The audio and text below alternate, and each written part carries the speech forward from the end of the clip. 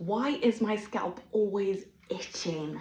There are 10 reasons I'm going to go through with you. There are big ones. Sometimes itching could be an underlying disease, but most times it isn't.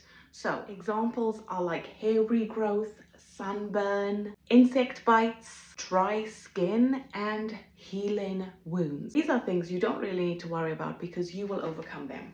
Whereas the 10 reasons I'm going to go through need a bit more work. Number 1, dermatitis. Looks like this generally, but not in all cases. Inflammation of the skin. So your scalp could just be inflamed. There's an irritation, something isn't quite right. Number 2 is seborrheic dermatitis. It looks something like this. Okay, not all of them look the same, but this is what it looks like. This one is mainly red skin and scaly patches on the scalp. So it's an irritation, a skin condition that causes these. And the symptoms of this are itching, skin rash, and dandruff. Did you think dandruff was a skin condition? You didn't, did you? Number 3, of course, I'm going to say dandruff because I've just spoken about it, but this is one of the main causes of an itchy scalp. Do you have dandruff? Do you know that you have dandruff, or do you think it's something else? Dandruff is an overgrowth of a certain yeast. Look at this. What it does is it just increases and increases and then gets out of control, and you can't actually stop it unless you use a treatment. You start getting flakes. You know, when you shake your hair, you can see those flakes coming out, and it's an overgrowth of scalp cells and buildup of dead cells, along with dirt and other bacteria. So a lot is going on there. If you have dandruff, your scalp will be oily, there'll be redness. Yeah, if you have dandruff, I'm sure you know all the symptoms, yeah. But if you then have that seborrheic dermatitis, this needs medical attention. You need to go to the doctor. You cannot solve this yourself. You can try, well, there's Head and Shoulders that they're always posting, but in such a case, you must visit a dermatologist just in case it is out of hand. And you will know this. You'll know this yourself. Number 4, of course, allergies. It could be an allergy that's making your scalp itchy. Like for me, I'm allergic to rosemary oil. Oh my goodness. I can have it in food, which is strange. But on my scalp, you know the Millie, Mielle, that amazing hair growth everyone talks about? No. I tried it on my scalp. I didn't even last 2 hours and I had excessive itching. It was so bad I had to go wash my hair again, cleanse it with apple cider vinegar, just remove it. So if you have an allergy to something, stop using it. Is there a product that's making your hair itch? Stop using it. It could be the product you're buying. Get a different one. Try a different one and see, does my hair still itch with this? Then it's that product. You have to do a trial and error. I know it's not easy, but this is what we're dealing with. Your immune system is just acting up.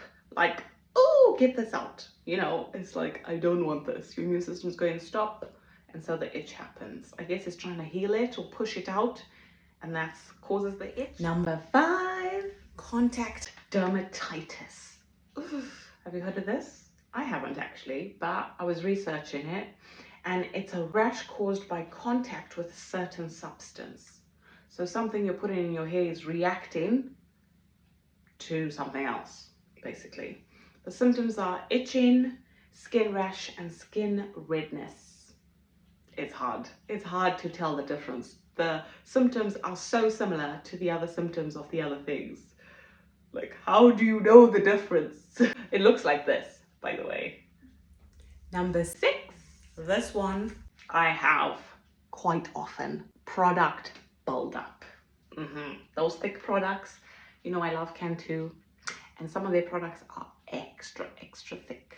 These oily products that you layer on your scalp, they create a barrier. You just keep piling product after product. Even though you wash your hair, if you use silicones as well, that foam that's created that's not cleaning your scalp properly, you need a clarifying shampoo or do an apple cider vinegar rinse, something to really cleanse the scalp. Buildup is a big one for us curly girls.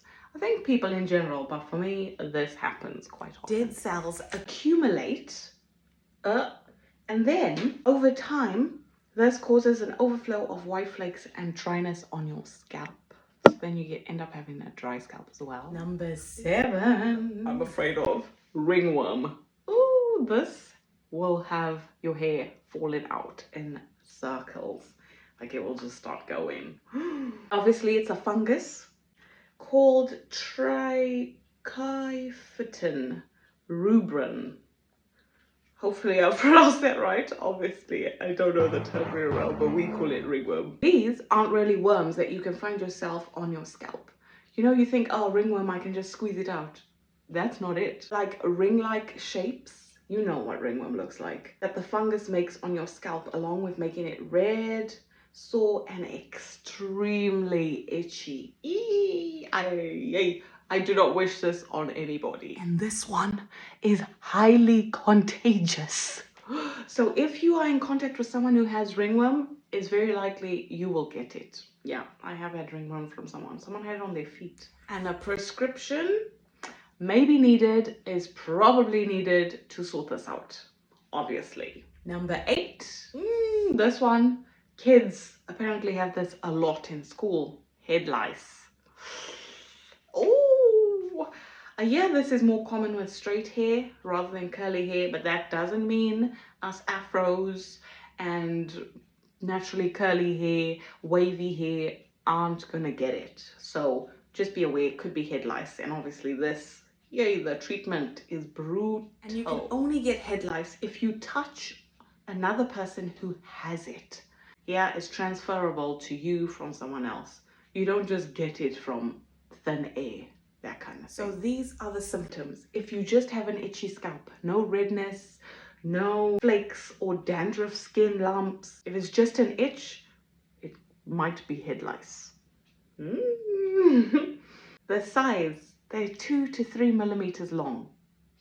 Sheesh, that's so tiny. Tiny, tiny, tiny. Highly skilled at camouflaging, and their eggs are also painted in a way that they merge with your hair. They take little sips of your blood. The little vampires from your scalp for nutrients, and the saliva on your scalp is what is causing the itchiness. That's weird. Number 9, psoriasis. So this is quite a bad condition. So if you suffer with psoriasis, these are, or could be, the symptoms. Itching, all of them, it's itching, skin rash, and nail pitting. There you go. You know those little holes? That's what it looks like. Shame, I'm so sorry. So this is a condition actually where the skin cells, they build up and form scales and itchy, dry patches. Number 10, dry scalp.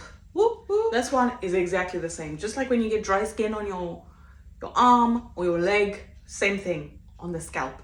Simple logic. So you need to hydrate that scalp. You could use hydrating shampoo, hydrating deep conditioner, hydrating conditioner. Obviously your scalp is itchy. Could be losing oils more than it's retaining it. So use an oil on your scalp, but one that doesn't react to you. Yeah, dry scalp is pretty self-explanatory. And this is what it looks like. Obviously, there are other reasons why your scalp could be itching. These aren't the only ones, but these ones need attention, like proper attention. If you leave them too long, it can cause more problems. That's what I'm saying. There are other things that could cause itchy scalp. I'll list them for you.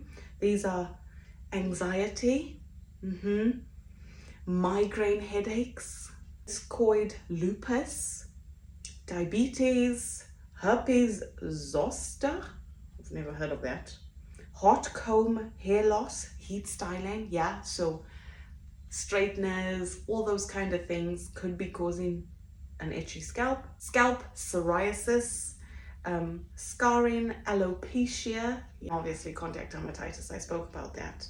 But if you have these things, there's nothing to be afraid of. It's actually quite normal. A lot of people suffer with an itchy scalp.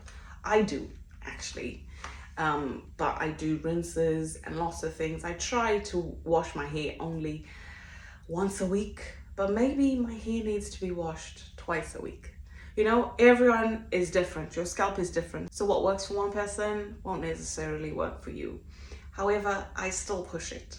And sometimes by that time, it could also be some products I use makes my scalp itch like crazy. So it just depends on the product I use, whether I can last the 8 days, whether I can't. That's just my opinion. I want you to drop your opinion down and tell me what goes on with you. Are you suffering with an itchy scalp? Has this helped you at all? Do you kind of know what you might have, what you might not have? Thanks so much for watching Curls by Sharlene. If you haven't subscribed to my channel yet, what are you waiting for? And why not hit the bell button so you're notified every time I post a new video? And like it. If you actually like this video, or me, like the video, yeah? It costs you nothing. Nothing to like this video. And drop a comment. Tell me what you think. How has an itchy scalp irritated your life? Is there anyone you know that could benefit from knowing why their scalp is itchy and then go in and get it sorted? Just let me know. Drop it in the comments. I want to know. Thanks so much for watching Curls by Sharlene, and I will see you next time. Peace out.